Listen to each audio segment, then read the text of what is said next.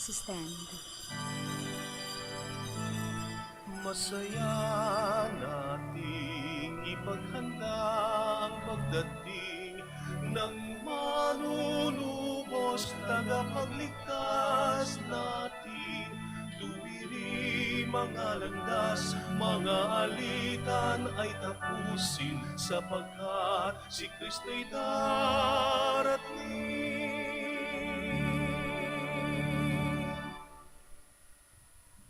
In the name of the Father, the Son, and of the Holy Spirit, Amen.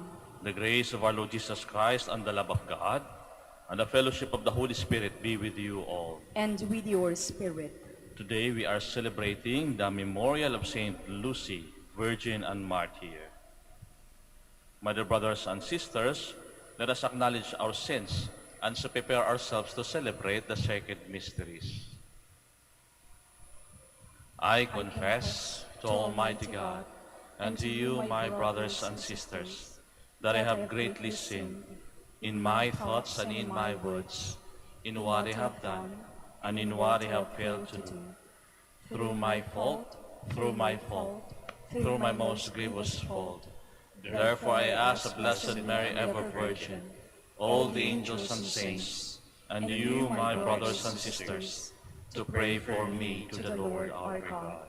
May Almighty God have mercy on us, forgive us our sins, and bring us to everlasting life. Amen. Lord, have mercy. Lord, have mercy. Christ, have mercy. Christ, have mercy. Lord, have mercy. Lord, have mercy. Let us pray. May the glorious intercession of the Virgin and Martyr Saint Lucy give us new heart, we pray, O Lord, so that we may celebrate her heavenly birthday in this present age and so behold things eternal. Through our Lord Jesus Christ, your Son, who lives and reigns with you in unity of the Holy Spirit, God, forever and ever. Amen. Please be seated. A reading from the book of Numbers. When Balaam raised his eyes and saw Israel encamped, tribe by tribe, the Spirit of God came upon him, and he gave voice to his oracle. The utterance of Balaam, son of Beor, the utterance of a man whose eye is true, the utterance of one who hears what God says and knows what the Most High knows, of one who sees what the Almighty sees, enraptured and with eyes unveiled. How goodly are your tents, O Jacob, your encampments, O Israel. They are like gardens beside a stream, like the cedars planted by the Lord. His wells shall yield free flowing waters. He shall have the sea within reach. His king shall rise higher, and his royalty shall be exalted. Then Balaam gave voice to his oracle, the utterance of Balaam, son of Beor, the utterance of the man whose eye is true, the utterance of one who hears what God says and knows what the Most High knows, of one who sees what the Almighty sees, enraptured and with eyes unveiled. I see him, though not now. I behold him, though not near. A star shall advance from Jacob, and a staff shall rise from Israel. The word of the Lord. Thanks be to God. Teach me your ways, O Lord. Teach me your ways, O Lord. Your ways, O Lord, make known to me. Teach me your paths. Guide me in your truth and teach me, for you are God, my Savior. Teach me your ways, O Lord. Remember that your compassion, O Lord, and your kindness are from of old. In your kindness, remember me, because of your goodness, O Lord. Teach me your ways, O Lord. Good and upright is the Lord. Thus he shows sinners the way. He guides the humble to justice. He teaches the humble his way. Teach me your ways, O Lord. Please stand. Alleluia, alleluia. Show us, Lord, your love and grant us your salvation. Alleluia, alleluia.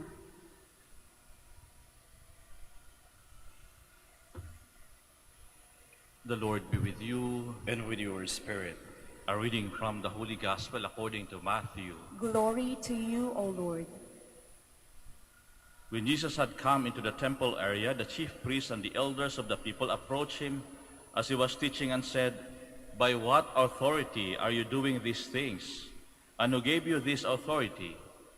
Jesus said to them in reply, "I shall ask you one question, and if you answer it for me, then I shall tell you by what authority I do these things. Where was John's baptism from? Was it of heavenly or human origin?" They discussed among themselves and said, "If we say of heavenly origin, he will say to us, 'Then why did you not believe him?'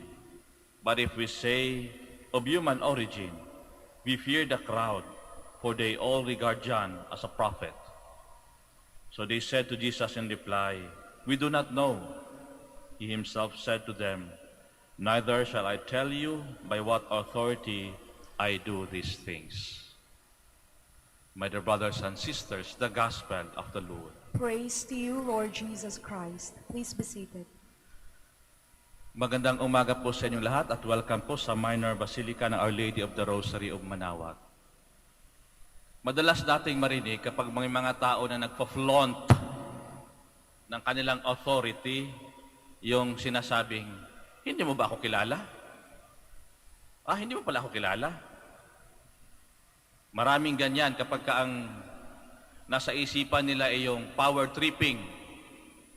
Makita niyo sa social media, di ba? Pag nanonood tayo, "Hindi mo pala ako kilala." Because we thought that by flaunting our authority or our achievements in life, we could move people easily. Di ba ganun? Di mo ako kilala? Ako ang ano dito. Ako ang ano dyan. Maraming ganyan.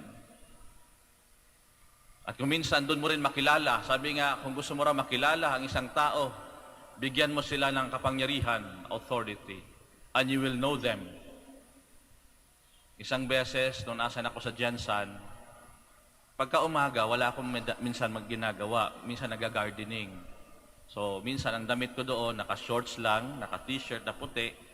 Kung minsan, yung mga pang-farming, ano ka doon sa garden, kung ano mong ginagawa nyo doon. May nakaschedule sa akin one time na isang blessing. Ito hindi ko talaga makalimutan. Habang nandun ako sa garden, nag-aayos, may dumating na isang naka-multicab. Maganda yung multicab niya, bago pa, bagong pintura. May bumaba. Sabi sa akin, "Dong." Hindi niya ako kilala na pare at hindi niya kilala na ako pala si Father Norman. Sabi niya, "Dong." In Bisaya, "Dong, naabada si Father Norman? Nandyan ba si Father Norman?" So, "Nandyan po." Sabi ko, gusto niyo pong tawagin ko po. Bilisan mo, Dong. Para bang, paspasin, Dong, kay mag-bless big balay. Sabi niya, ganun pa eh. "Bilisan mo kasi mag-bless kami ng bahay ko." Sabi ko, para bang, the way he said it to me, parang, parang gusto ko sabihin sa kanya, "Ako po si Father Norman." Ganun ka pala mag-treat ng mga taong mababa pa sa'yo. No? Hindi ko lang sinabi na ako si Father Norman. Sabi ko, sige po, tawagin ko po. Pero deep inside, natatawa na ako. No? Kala niya kasi, hardinero lang ako doon sa bahay. So sabi niya sa akin, "Dong, wakakailas ako, Dong?" "Hindi mo ko kilala?" "Hindi po." Sabi niya, "Ako po si Konsihal ganito." Sabi ko, Pagbalik ko, naka-clerical na ako, yung pampari. Tapos sabi niya, nakatingin siya sa akin, "Ikaw ba si Father Norman?" Gusto ko sabihin, "Pinapakilala ko rin sa'yo, ako si Father Norman." Para bang nangliit siya sa ginawa niya eh. You don't have to flaunt your authority. Kaya nga dito si Kristo, hindi man niya pinaflaunt yung kanyang authority actually. He was just doing the will of the Father. And that is His authority. Yung pinanggagalingan ng kanyang authority, una, dahil anak siya ng Diyos. At ang pangalawa, dahil ginagawa niya ang kalooban ng Diyos. Doon nanggagaling ang kanyang authority. He lived with it. Kumbaga, He is a witness of the will of the Father. Kaya makapangyarihan. At siya po ay nasa panig ng katotohanan. Sa totoo lang, yung mga natatakot man lang sa katotohanan, yung mga taong nagsisinungaling. That is why most of the times, marami nangyayari sa gobyerno, even in private sectors, that there are so many people who are flaunting their authority to make things done. Hindi pa rin nawawala eh. Kilala ko si ganyan yan. Kahit sa mga kahit saan talaga. They flaunt the authority. Kaya ang tanong nga dito, saan ba nanggaling? Saan ba? Sa atin, saan nanggaling authority? Sa amin, mga pari, dahil kami po ay ordained, kaya kami pwedeng magmisa. So ang ayon sa simbahan, sa ating paniniwala, only the ordained priest could say mass, could preside. Ba't ako nagmisa dito? Sapagkat ang authority ko nanggaling sa aming prayer dito. Kahit sa inyo, sa trabaho ninyo, di ba? If you want to get things done, ang importante, kung ano yung authority na binigay sa atin, we don't flaunt it. It is meant for service. It is meant for the practice of the proclamation of the kingdom of God. Minsan kasi inaabuso eh. Kasi Kristo, anong ginawa niya? Nagkaroon sila ng debate. Simple lang sinasabi ni Kristo. Kung hindi niyo masabi kung saan galing authority ni San Juan Bautista, hindi ko rin sasabihin sa inyo kung saan nanggagaling ang aking authority. But you know, the authority of the Lord, not just on His words, but the very life that He lived. Makapangyarihan po ang salita ng Diyos. Mas nagiging makapangyarihan ito at nagkakaroon ng authority kapag ito po'y sinasabuhay. Kahit anong estado ng buhay natin, kapag you live according to the status of your life, halimbawa, yung mga sabi na natin, may masteral ka, may doctorate ka. Pero kapag pagsalitain ka naman, and the way you act, malayo doon, parang, saan kanila? Parang layo. So it's about, not just about the names na nakakabit, mga letter na nakabit sa ating mga pangalan, but it is living it. Sapagkat doon talaga nanggagaling ang authority natin lahat. On our part, the living of our authority is when we do service to the people out of love. Makapangyarihan yun eh. Di ba? Yung mga nanay, tingnan natin, minsan isang sentence lang, isang salita lang yan. May power ang kanyang salita sapagkat it is out of love. Kaya kapag sinabihan ka ng nanay mo, di ba, no? Susunod ka kasi alam mo, sasabihin ng nanay mo, anak, huwag kang magpagabi. Salita lang yun, pero alam mo, may authority sapagkat it is born out of love. So, pinapalalahanan tayo ng Diyos. Let us not flaunt our authority because anything na naabot natin sa buhay, it is not for us. It is for the service in building the kingdom of God here on earth. Minsan natatawa ako kapag naimbitahan ako sa may isang beses naimbitahan ako sa isang school na magmisa, simbang gabi. Pagdating ko doon may mga nag-a-arrange na yun sa bahay, doon sa kanilang chapel, na sila yung sponsor. Maaga akong dumating, mga 15 minutes before the time, nandun na ako. Hindi na ako kilalang pari. Tapos sabi sa akin nung madre sa kayong kasama niya, tinawag ako, Dong, halika, tulong ka. Inayos namin yung altar, ganyan. Sabi niya, nandyan na ba si Father? Sabi ko, nandyan na yun, palakad-lakad lang. Ako ngumingiti ako deep inside in me. Tapos inaayos namin. Tapos sabi pa ng madre, Dong, marunong ka sa sa mga technical, sa mga sound system. Marunong din naman. O sige, ako pa nag-ayos lahat, ganyan. Tapos maya-maya sabi niya, wala pa si Father, no? Sabi ko, actually, sister, yung inuutos-utosan nyo, siya po si Father. Tawanan na lang kami, sapagkat ako, personally, hindi man ako obsessed na kailangan makilala kang pare, kahit saan ka magpunta. No? Meron kasi mga ganun, di ba? Kailangan pagpunta doon, kailangan, you should be, or you flaunt your authority, you flaunt your achievements. But in life, whatever that we receive, natanggap natin na kung diploma, kung ano man yan, it is not for us. It is for the service of building the kingdom of God here on earth. Una tayong magsabi na kapag mas maganda yung feeling na ay, ikaw pala yung kaysa yung magpo-flaunt ka. Hindi mo ba ako kilala? Ganon yan, di ba? Magpo-flaunt ka ng power mo tapos, siya pala yun. Okay. Ang yabang naman. Mamili ka. Kaysa sabihin na, siya pala yung regional director. Ang bait-bait pala. Kaya pala naging regional director. Kaya pala naging Mamili ka. Authorities that we have in this world is not for us. It's for other people. It's for service. It's for love. Tandaan natin yan. Kaya nga yung authority ng Diyos ay makapangyarihan sapagkat ito pinakaugat sa pagmamahal ng Diyos sa atin lahat. Service. Humility. Yan po ang tunay na authority. When we do things out of service and out of love. Tanong, kilala niyo ba ako? Of course, kilala na. Pero huwag kayong mag-alala. Kung pare ako, ang aking pagiging pare ay para sa inyo. And I am humbled by it. Let us all stand.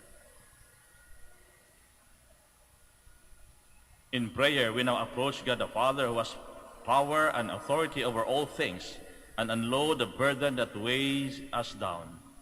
For every petition we shall answer, Lord, hear our prayer. Lord, hear our prayer, that those who exercise authority in the church may be filled with gentleness, humility, and love. Let us pray to the Lord. Lord, hear our prayer. That those who are in authority may be guided in making decisions by wisdom based on love, justice, and truth. Let us pray to the Lord. Lord, hear our prayer. That parents may by their authority in the home seek more to love and be loved than to create an atmosphere of repression and fear. Let us pray to the Lord. Lord, hear our prayer. That the sick may find healing and consolation through God's word and the sacraments. Let us pray to the Lord. Lord, hear our prayer. That the dead may be brought safely home in heaven. Let us pray to the Lord. Lord, hear our prayer. In the silence of our hearts, and we also pray for the safety of all those who will be traveling today. Let us pray to the Lord. Lord, hear our prayer. Heavenly Father, we rejoice in your abundant love for us. Establish your authority within us and be our companion on the road of life. We make our prayer through Christ our Lord. Amen. Please be seated.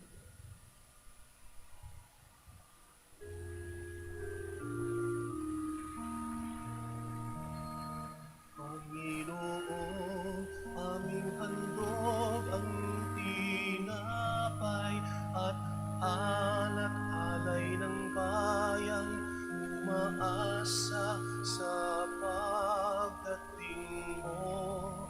Gayon din aming hinahanda ang aming puso upang dito'y manahan ka sa pagdating mo. Panginoon, aming handog ang tinapay at alak-alay ng bayang umaasa sa pagdating mo. Gayon din aming hinahanda ang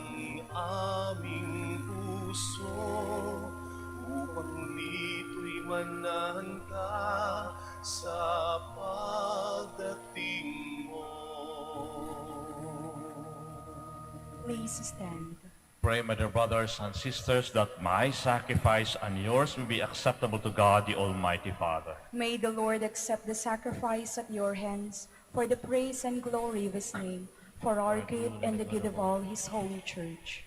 May the offering we bring in celebration of Blessed Lucy win for your gracious acceptance, O Lord, we pray, just as the struggle of her suffering and passion was pleasing to you. Through Christ our Lord. Amen.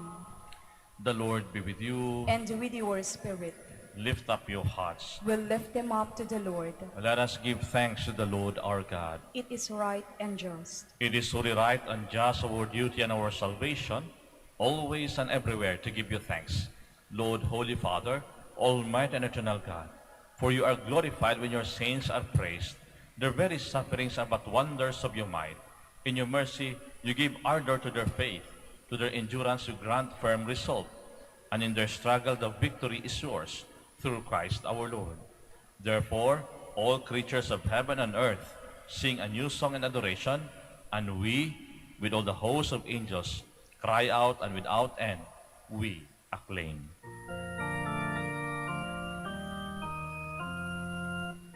Holy, holy, holy, Lord God of hosts. Heaven and earth are full of your glory. Hosanna in the highest. Blessed is he who comes in the name of the Lord. Hosanna, Hosanna in the highest. Please kneel. You are indeed holy, O Lord, the fount of all holiness. Make holy, therefore, these gifts, we pray, by sending down the Spirit upon them like the dewfall, so that they may become for us the body and blood of our Lord Jesus Christ. At the time he was betrayed and entered willingly into his passion, he took bread and giving thanks, broke it, and gave it to his disciples, saying, Take this, all of you, and eat of it, for this is my body, which will be given up for you.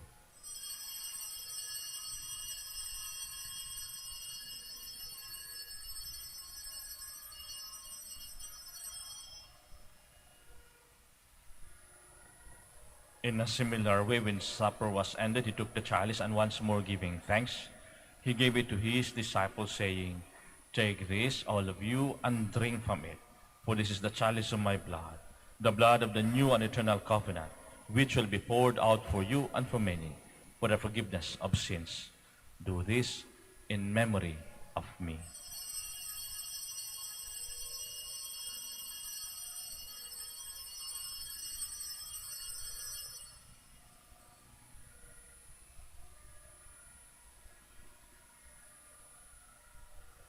Let us proclaim the mystery of our faith. When we eat this bread and drink this cup, we proclaim your death, O Lord, until you come again. Therefore, as we celebrate the memorial of his death and resurrection, we offer you, Lord, the bread of life and the chalice of salvation, giving thanks that you have held us worthy to be in your presence and minister to you. Humbly we pray that partaking of the body and blood of Christ, we may be gathered into one by the Holy Spirit. Remember, Lord, your church spread throughout the world, and bring her to the fullness of charity, together with Francis our Pope, Socrates our Bishop, and all the clergy. Remember also our brothers and sisters who have fallen asleep in the hope of the resurrection, and all who have died in your mercy. Welcome them into the light of your face. Have mercy on us all, we pray, that the Blessed Virgin Mary, Mother of God, with the blessed apostles and all the saints who have pleased you throughout the ages, we merit to be co-heirs to eternal life, and may praise and glorify you through your Son, Jesus Christ. Through him, and with him, and in him, O God, Almighty Father, in unity of the Holy Spirit, all glory and honor is yours forever and ever. Amen. Amen, amen,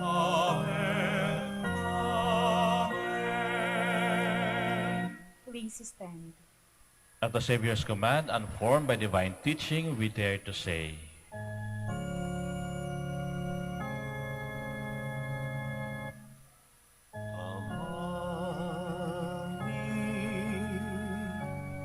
Wala kang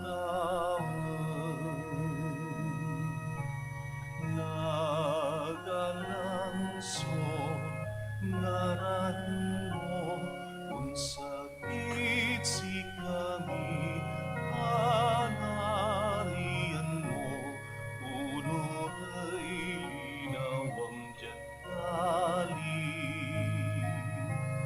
Punong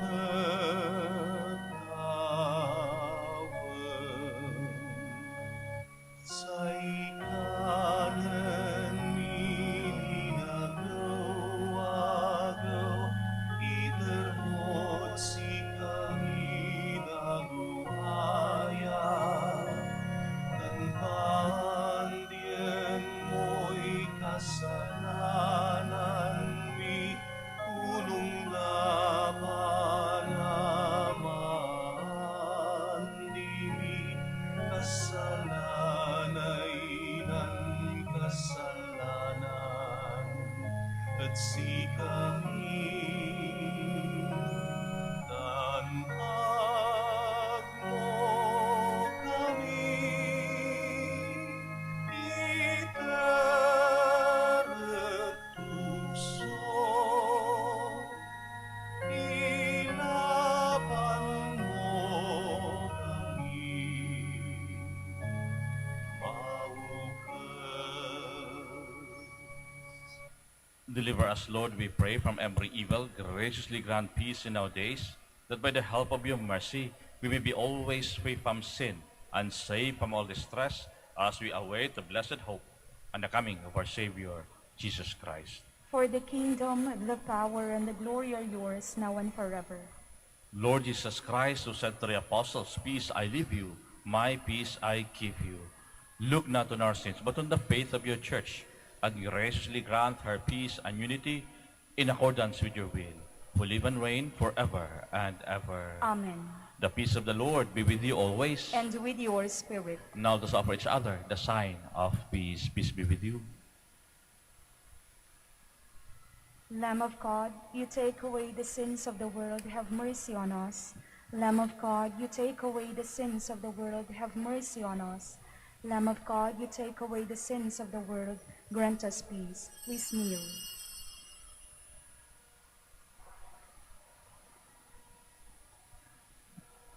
My dear brothers and sisters, behold the Lamb of God, behold him who takes away the sins of the world. Blessed are those called to the supper of the Lamb. Lord, I am not worthy that you should enter under my roof, but only say the word, and my soul shall be healed.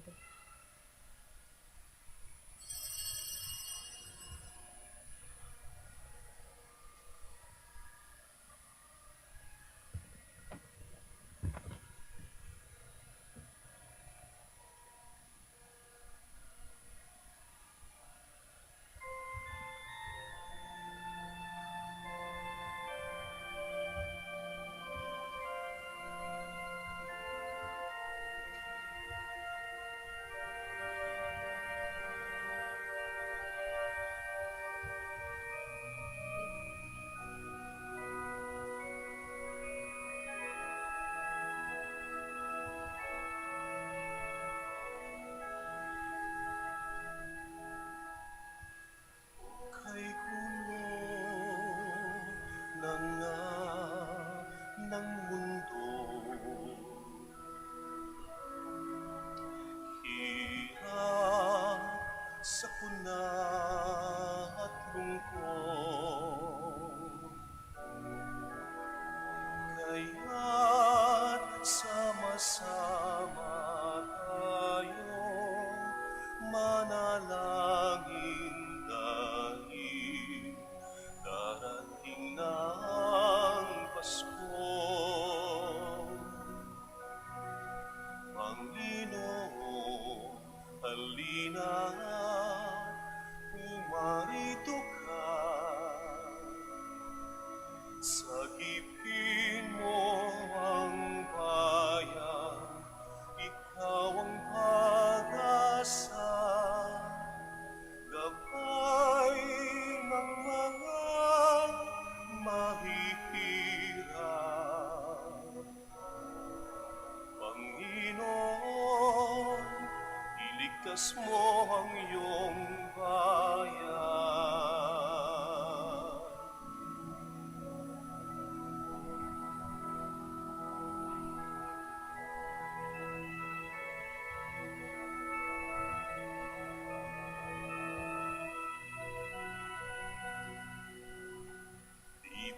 kay saya dapat ng Pasko. Kung bawat pamilya ay buo, kaya idalangin natin ang bawat tahanan bago sumapit ang Pasko.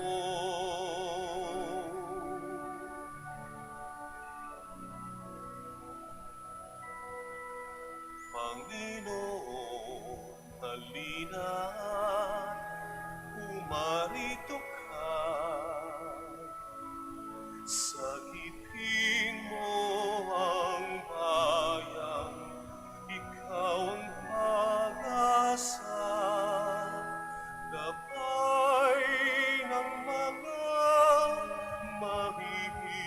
mahihirap. Panginoon, iligtas mo ang iyong bayan.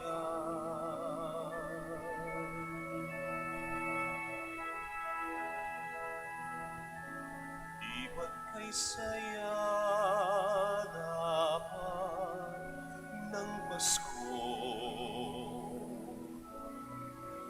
Kung bawat pamilya ay buo, kaya't idalangin natin ang bawat tahanan bago sumapit ang Pasko.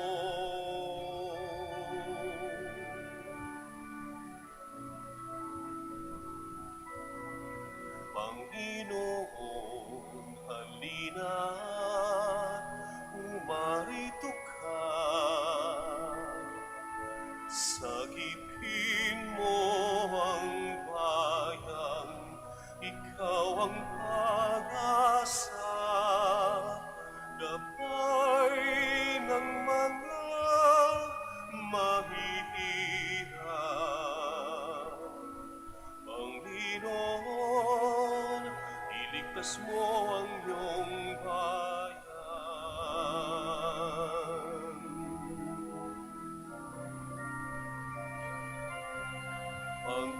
Panginoon, halina't umarito ka. Sagipin mo ang bayan, ikaw ang pag-asa. Gabay ng mga mahihirap. Panginoon, iligtas mo ang iyong bayan.